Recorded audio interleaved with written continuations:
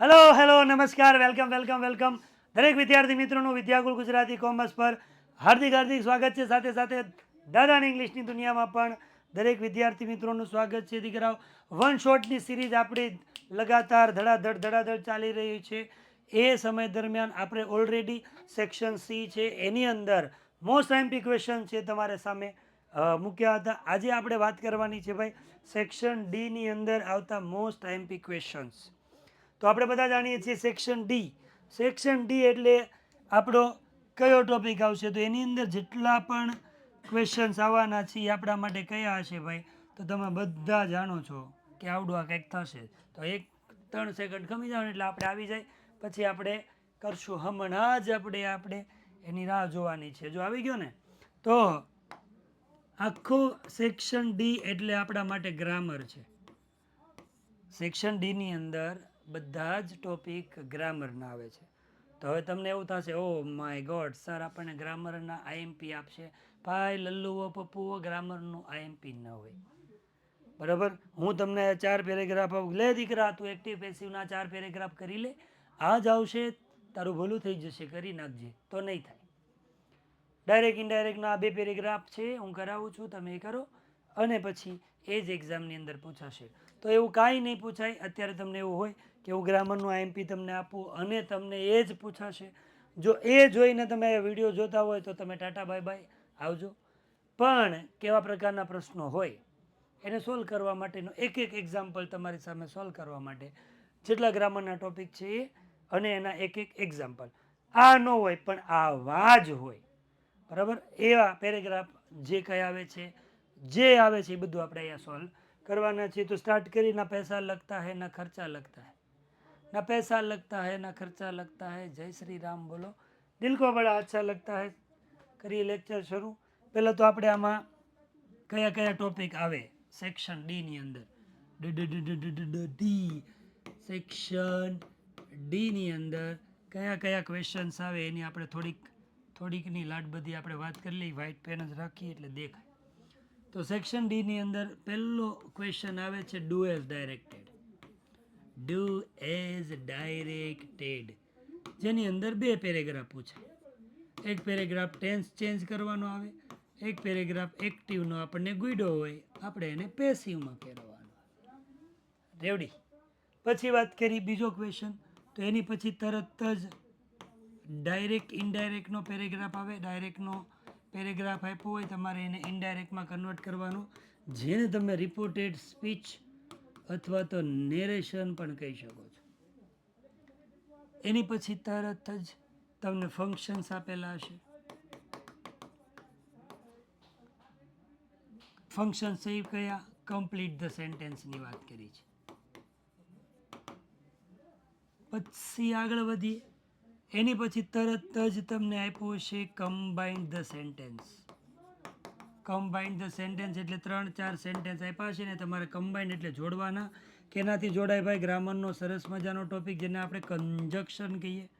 તો કંજક્શનનો યુઝ કરીને વાક્યને જોડવાના. અને છેલ્લો ક્વેશ્ચન આની અંદર તમને પૂછાય છે editing.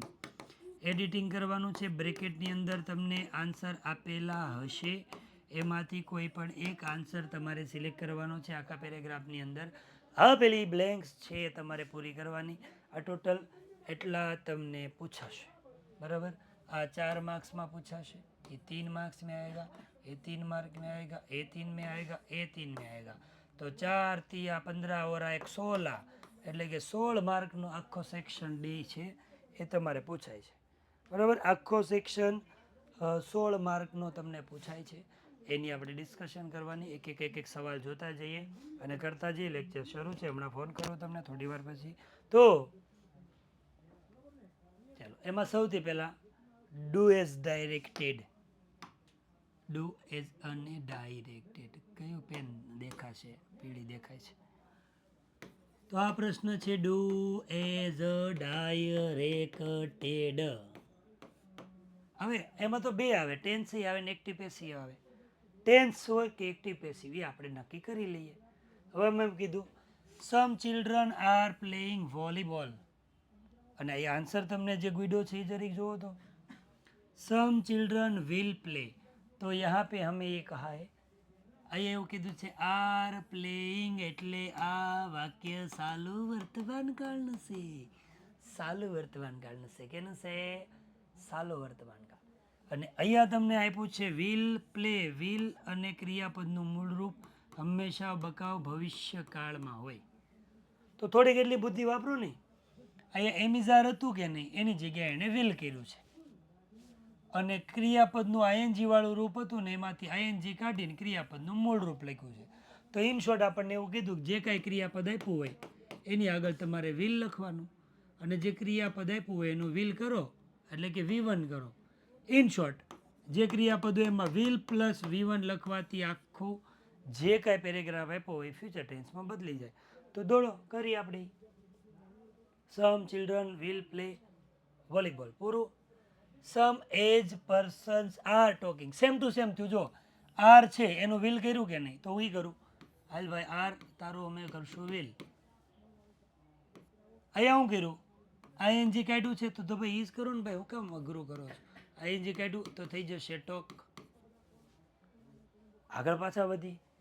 Lady under the tree is. જો તો આ ઇઝ આપ્યું છે, અહીંયા આર છે, અહીંયા આર છે, એનો વિલ કર્યું તો અહીંયા ઇઝ છે, તો ઇઝનું હું કરશું विल. आई थी आईएनजी को मिटा दिया था, आईजी आईएन को मिटा दिया. आया कि आई थी कोई इंटा इंटा दी, तो હું લખશું સ્પીક. That's it. એટલાના તમને 2 માર્ક રોકડા આપે, નાના છોકરા જેવું પૂછે અને તમે નાના છોકરાને જેમ જવાબ લખી દો, 2 માર્ક મળે. કાંઈ જ કર્યું નથી. આને એમ કહી દીધું કે એમિઝારનું વિલ કરજો ને ક્રિયાપદમાં આઈએનજી કાઢી નાખજો. તો એમિઝારનું વિલ કર્યું ને ક્રિયાપદમાં આઈએનજી કાઢી નાખ્યું. એમિઝારનું વિલ ગોઈડું અને આઈએનજી કાઢી નાખ્યું. That's it. આવું પૂછાય ભાઈ. બીજો પેરેગ્રાફ આપ્યો છે. અંકુર પ્રિપેર્ડ પેઇન્ટિંગ. નીચે કીધું છે અ પેઇન્ટિંગ વોઝ. અંદરનો શબ્દ જ્યારે વાક્યની શરૂઆતમાં આવે ત્યારે યાદ રાખવાનું કે એ વાક્ય એક્ટિવનું પેસિવ થાય.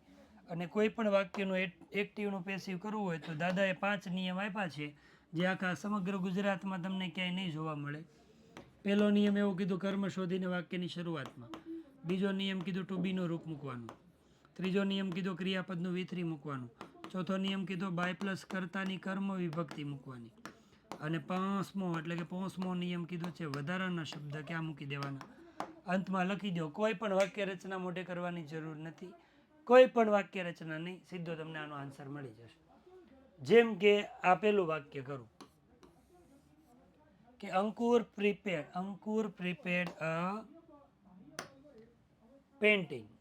તો પહેલા આપણે એવું કીધું કર્મ શોધવાનું વાક્યની શરૂઆતમાં. અંકુર પ્રિપેર કરે છે, કર્મ ન મળે, શું વડે પ્રશ્ન પૂછો, શું પ્રિપેર કરે તો કર્મ મળે. તો જો આ કર્મ પહેલો નિયમ પેઇન્ટિંગ, અહીંયા પહેલો નિયમ, આ દૂસરો, આ ત્રીસો, આ ચોથો અને પાંચમો. ચાલો પહેલો મળી ગયો. બીજો નિયમ કીધું કાળ ઓળખીને ટુ બીનું રૂપ. ઈડી આપ્યું છે, ઈડી એટલે ભૂતકાળ થાય, ભૂતકાળના ટુ બીના રૂપ વોઝ વેર થાય, પેઇન્ટિંગ એક જ છે એટલે વોઝ. ત્રીસરો નિયમ કીધો ક્રિયાપદનું V3. કોઈ પણ ક્રિયાપદ આપ્યું હોય આપણે તો V3 જ લખવાનું, અને ઈડી વાળું હોય ને બકાવ એનું V3 એનું ઈજ થાય એટલે પ્રીપેડ.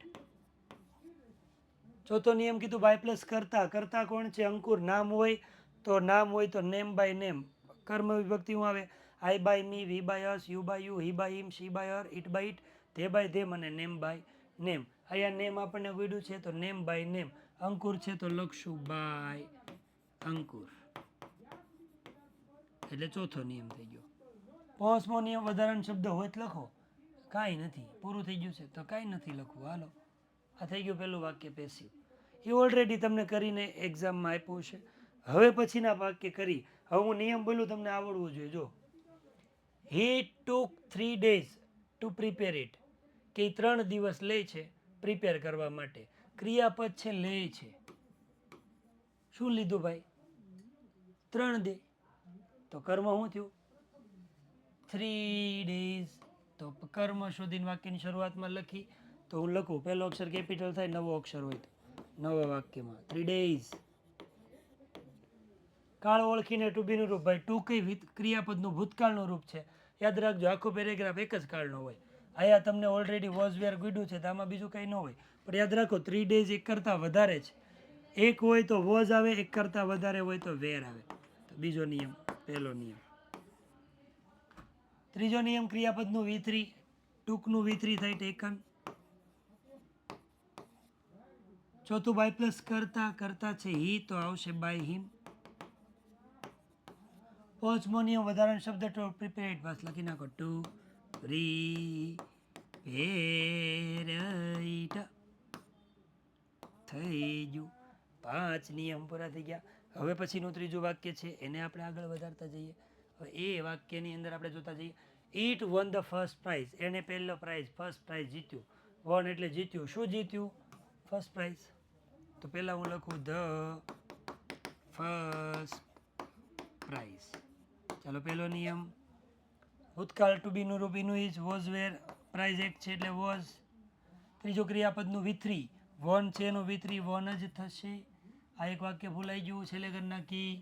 આયા હાલો તો કરી નાખ્યું ફર્સ્ટ પ્રાઇઝ વોઝ વન. ત્રીજો V3 થઈ ગયું. ચોથું બાય પ્લસ કરતા ઇટ છે તો બાય ઇટ ચોથો થઈ ગયું. પાંચમો નિયમ વધારાનો શબ્દ છે ક્યાંય? છે નથી, પૂરું થઈ ગયું. બરાબર. આ વાક્ય બાકી રાખ્યું છે એ તમારા માટે હોમવર્કનું બાકી રહે છે, કરી નાખજો. કાંઈ નથી. હી પુટ ઇટ આ કર્મ છે. રેડી? આ વધારાનો શબ્દ છે. હવે આવડી જાય ભાઈ. હવે એટલું તો પછી બહુ ન હોય. નેક્સ્ટ વાત કરી ડાયરેક્ટ ઇનડાયરેક્ટ હોય. ડાયરેક્ટ ઇનડાયરેક્ટમાં ભાઈ આવો ઇઝી પેરેગ્રાફ હોય જેની અંદર યાદ રાખજો વધીને પ્રશ્નાર્થ અને વિધાન વાક્ય જશે 99%. બરાબર. એકાદું કદાચ બીજું કંઈક આપ્યું હોય તો આપણે એ રીતે લખશું. હવે આનું મારે ઇનડાયરેક્ટ કરવું હોય ને તો આમાં ડૉક્ટર બોલે ને મીના સાંભળે, આમાં મીના બોલે ડૉક્ટર સાંભળે, ડૉક્ટર બોલે મીના સાંભળે, મીના સાંભળે ડૉક્ટર. આમાં ડૉક્ટર બોલે મીનાને કહે છે પહેલાં હું જો વાક્ય કયું છે પ્રશ્નાર્થ. પ્રશ્નાર્થમાં બે આવે WH વાળા અને WH વગર. ન ખબર હોય તો વન શોટનો લેક્ચર જોઈ લેજો. WH નિયમ જાણવા હોય, ડાયરેક્ટ ઇનડાયરેક્ટ શીખવું હોય, વન શોટનો લેક્ચર છે. તો આમાં ડૉક્ટર બોલે પ્રશ્નાર્થ છે એટલે આસ્કડ આવે સંયોજક વોટ. તો ડૉક્ટર આસ્કડ મીના સંયોજક તરીકે આવે વોટ. જે વધે એને વિધાન કરો. વિધાન કરો તો વિધાન જ છે હેપન ટુ યુ. હવે કાળનો ફેરફાર કરી ઈડી છે એટલે V2 કહેવાય. સાદો ભૂતકાળ હોય પૂર્ણ ભૂતકાળ થાય. તો વોટ V2 હોય તો હેડ V3 થાય એટલે હેડ હેપન.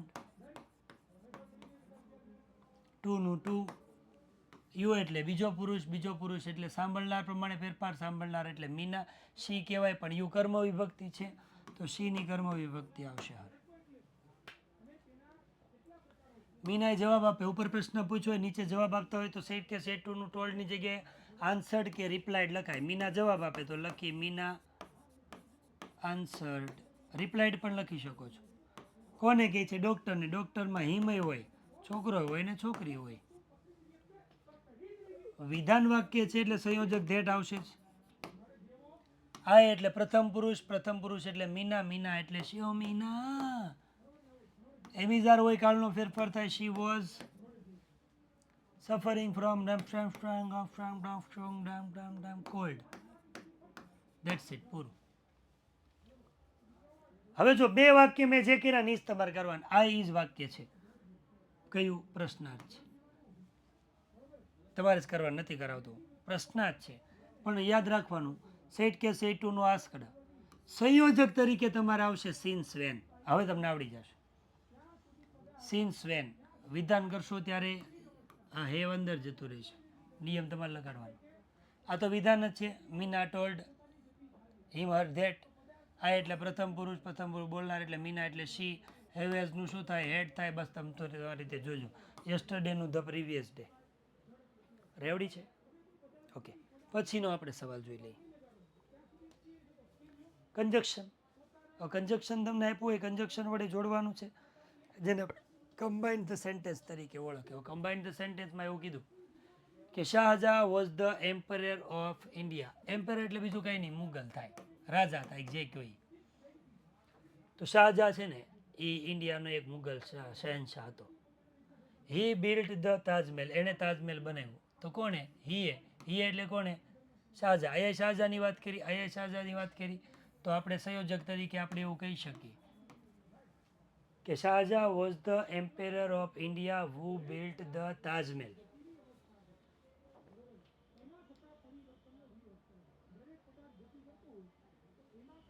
પછી અહીંયા એમ કીધું છે એ તાજમહેલ બનાવ્યો. તાજમહેલ ઇઝ, અહીંયા તાજમહેલની વાત કરી, અહીંયા તાજમહેલની વાત કરી, અહીંયા વ્યક્તિની વાત કરી હતી, વ્યક્તિની વાત કરી એટલે હું, કંઈક વસ્તુની કે પદાર્થની કે એને વાત કરી હોય તો આવે વિચ. હા, તો અહીંયા હું આ કાઢી નાખું અને આ જગ્યાએ આ જરૂરી નથી કે એવો મારો જવાબ હોય એ તમારો હોય, તમે બીજા કન્જક્શન વડે પણ જોડી શકો છો. હું આમ કરું છું. Shahjahan was the emperor of India who built the Taj Mahal which is a wonderful world famous monument. હવે આ કોની વાત કરી? તાજમહેલની. અહીંયા કોની વાત કરી? It is on the bank of the Jamuna, Agra. તો આપણે અહીંયા વાત શેની થાય છે? તાજમહેલની. તાજમહેલની અહીંયા વાત કરી છે. આ ઈટ છે એ પણ તાજમહેલ છે. અહીંયા હું વિચ લખી શકું, which is on the bank of the Jamuna, Agra.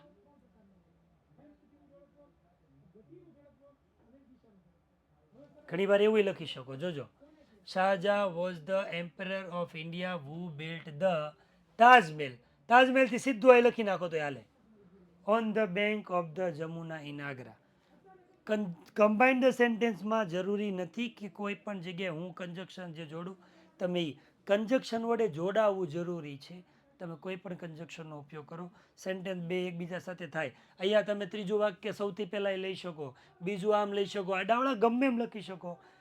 નિયમ એક જ, ફૂલ સ્ટોપ એકવાર આવવું જોઈએ અને બધા વાક્ય એકબીજા સાથે કન્જક્શન વડે જે જોડાય છે ગ્રામેટિકલ રીતે સાચા હોવા.